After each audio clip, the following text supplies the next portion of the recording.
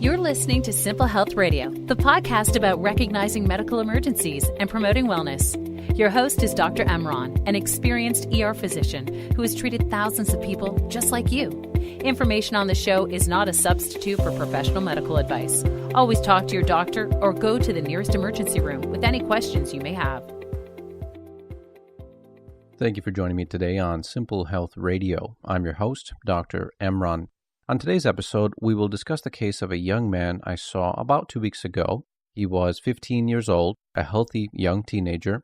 We'll call him William. William came into the emergency department with some generalized abdominal pain and constipation. Basically, he was a high school basketball player who had practice on Friday afternoon. He thought he ate something that didn't agree with him. He went home, tried some over-the-counter laxatives, but had no relief. On Saturday and Sunday, he began to worsen. He did not have any vomiting or fever, but he felt as though his stomach was getting larger and more tense. His mother and father became concerned because on Monday he did not go to school and he was not eating. He tried to eat fruits and vegetables without success. He tried drinking water, and he described worsening abdominal pain each time he did so. Finally, on Monday night, he came into the emergency department, and that's when I had a chance to examine him. The physical exam was fairly normal, except for a couple of things. The blood pressure was completely normal, but his heart rate was slightly elevated. He did not have a fever, and his oxygen level was normal. Normally, when we examine the abdomen, we start in the area away from the most severe pain. So in this case, I examined his upper abdomen first, and he really didn't have much pain. But as I moved to the lower abdomen, along the umbilical region and the right lower quadrant, even gently touching his stomach caused severe pain. By that point, I already had an idea as to what his diagnosis would be, but I advised the family about some simple testing that we would need to do. We obtained a urine sample, which was fairly normal. He did have a little bit of protein in the urine. We did some basic blood work. His sodium, potassium, and blood sugar were all normal. His liver function, kidney function was all normal. However, his white blood cell count was high. And at that point, I knew that we were dealing with some type of infection. I sent him to the CAT scan department, and within 20 minutes, I received a phone call from the radiologist, and it confirmed the diagnosis that I thought he already had. He had acute appendicitis. I came in, I talked to the family, and advised them what they needed to do. We got him transferred to the hospital, he went to surgery, and he improved rapidly thereafter. And I spoke to him a couple of days later, and he was feeling much better, but he would not be going back to basketball for several weeks. And that's what we're going to talk about today, acute appendicitis. The appendix is what we call a remnant. So the small intestine is about 10 feet long, and it has a smaller diameter compared to the large intestine, which is actually larger in caliber or diameter, but it's shorter in length overall. The appendix lives in the right lower quadrant of the abdomen. So if you think about your belly button and you move your hand to the right and down slightly, that's called McBurney's point. So Dr. McBurney is the one who assigned his name to that area, and so the right lower quadrant is where the appendix lives in most people. Once it becomes infected, it causes some serious problems. Globally, we do know that there is an 8.6% chance of boys or males having appendicitis and 6.9% in females. We're not quite sure why males have a higher risk than females, but that has been proven through medical research. Over the past centuries, appendicitis has caused major problems. It's described in multiple historical texts. And in fact, the first treatment for appendicitis that was successful was in 1735. That was the first successful appendectomy performed at St. George's Hospital in London. This was an 11-year-old boy who developed appendix infection due to a pin that he swallowed. Thereafter, by 1759, the procedure was being performed routinely, but general anesthesia was not actually invented until 1846. So for almost 80 or 90 years, there were people who had severe symptoms related to appendicitis and treatment, and the surgery was actually as painful as the disease itself. Now, after the 1880s, the treatment for appendicitis became more and more modernized. There were some people who improved without surgery, but with surgical techniques and anesthesia, this became the gold standard. And by the 20th century, there were new techniques for treating the appendix infections called laparoscopic surgery. And this is one of the most common and lowest complication type of surgical procedures that is commonly performed all across the world today. Now, in the case of William, he had very vague symptoms. He wasn't quite sure what was happening. He felt a little bit ill, thought it was something he ate, thought maybe he had some stomach flu, maybe something he was exposed to from his classmates, and that is generally the presentation.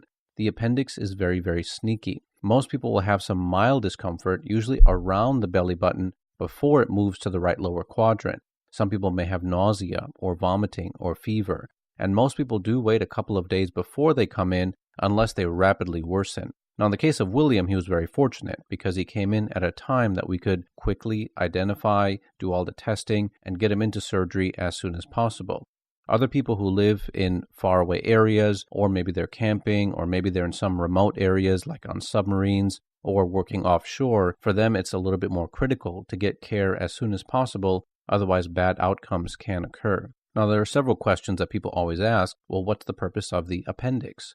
And for a long time, nobody was really sure what the appendix was really for.